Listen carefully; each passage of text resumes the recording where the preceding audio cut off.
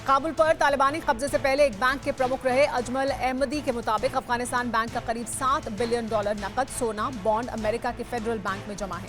बाकी अंतर्राष्ट्रीय बैंक खातों में मौजूद हैं। तालिबान की पहुंच सिर्फ 0.2% से भी कम संपत्ति तक ही है। पाकिस्तान में एक टीवी शो में पाकिस्तान के आंतरिक मंत्री शेख रशीद ने खुले तौर पर यह कहा कि पाकिस्तान तालिबान नेताओं का संरक्षक है, लंबे समय तक उनकी देखभाल की है, उन्हें पाकिस्तान में आश्रय, शिक्षा और घर मिला।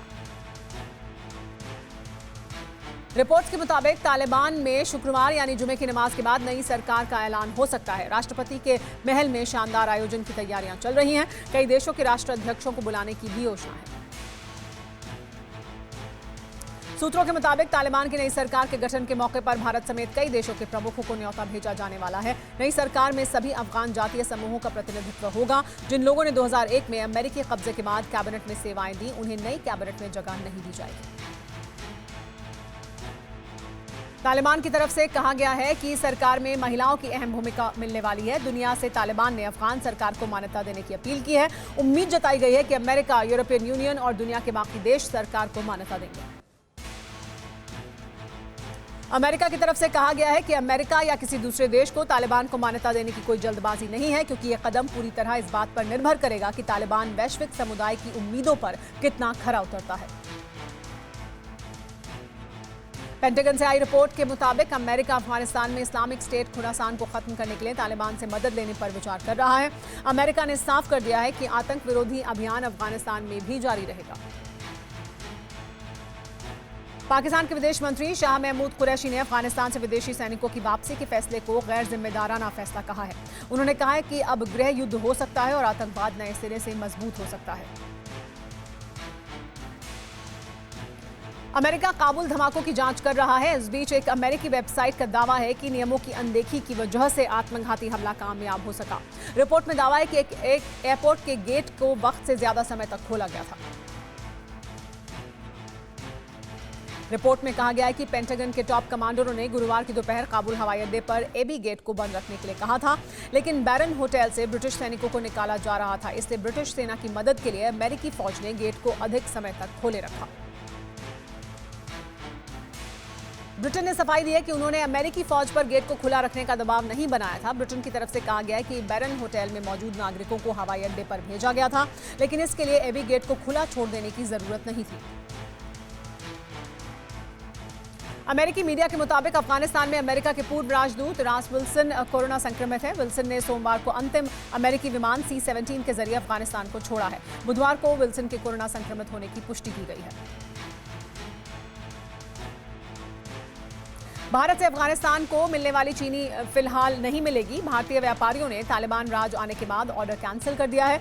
भारत हर साल अफगानिस्तान को करीब 6-7 लाख टन चीनी निर्यात करता है।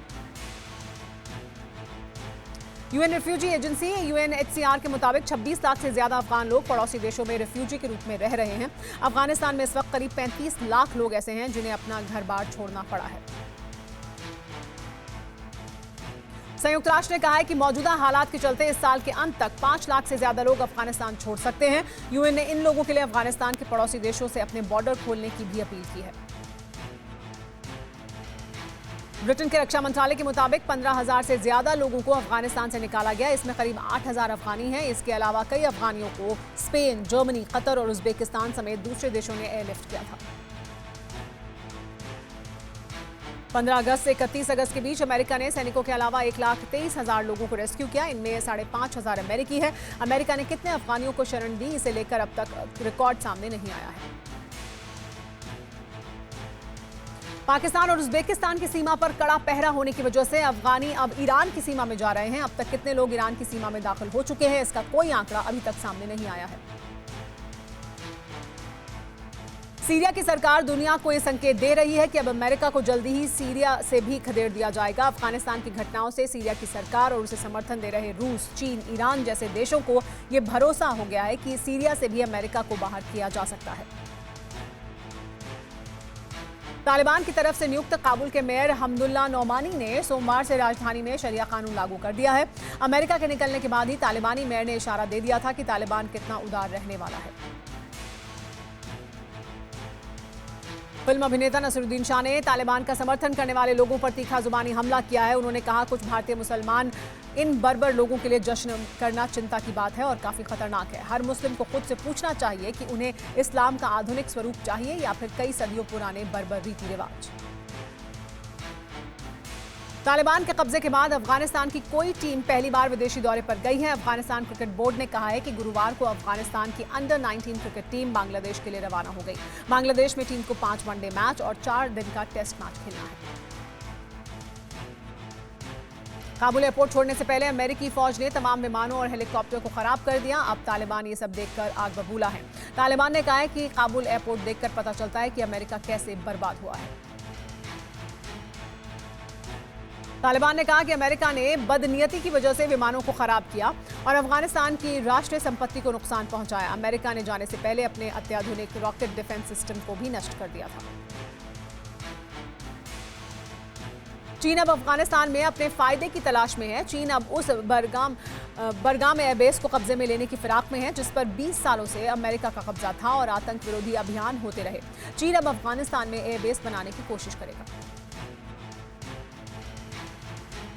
अफगानिस्तान में तालिबान राज आने से फिर पाकिस्तान को डर लग रहा है। पाकिस्तान की सेना के ऑफिसर ने कहा है कि अफगान बॉर्डर पर आतंकवादी हमले बढ़ सकते हैं। पाकिस्तान को तहरीक-ए-तालिबान पाकिस्तान और ISIS खुरासान से टेंशन हो रही है।